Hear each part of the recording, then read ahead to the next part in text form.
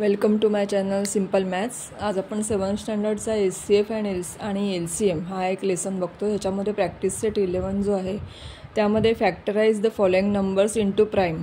आपल्याला ह्याचे prime factors काढायचे आहेत। या प्राइम फॅक्टर्स काढताना दोन मेथड्स आहेत, एक व्हर्टिकल मेथड आहे, एक हॉरिझॉन्टल मेथड आहे।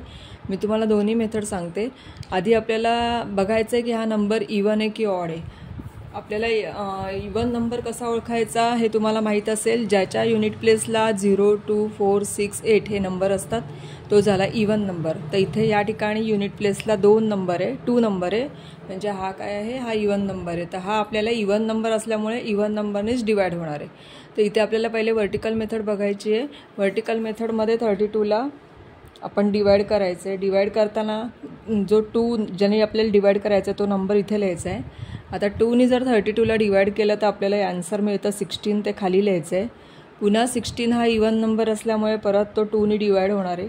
2ने डिवाइड झाल्यावर येतात इथे 8 हा सुद्धा इवन नंबर आहे। परत 2ने त्याला डिवाइड केलं तर आन्सर आलं 4 हा सुद्धा इवन नंबर असल्यामुळे परत त्याला 2ने डिवाइड केलं, 2 2 जा 4 आणि 2 1 जा 2। हे अशा प्रकारे आपल्याला हे फॅक्टर्स मिळाले 32चे।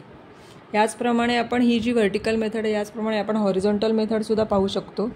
जसं 2 मल्टिप्लाय बाय जो नंबर येतो तो आपल्याला इथे लिहायचा आहे। 16 डिवाइड करून जो नंबर येईल तो आपल्याला इथे लिहायचा आहे। सेकंड स्टेपला हे 2 तसेच लिहावे लागतील आणि त्याच्यानंतर परत 2ने या 16ला डिवाइड केलं तर इथे 8 येतात।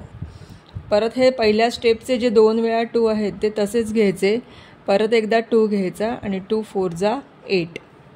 आता हे जे शेवटची स्टेप आहे यामध्ये हे तिन्ही 2 एकदा घ्यायचे आणि नंतर हे 4चे फॅक्टर्स पडतात 2 मल्टिप्लाय बाय 2।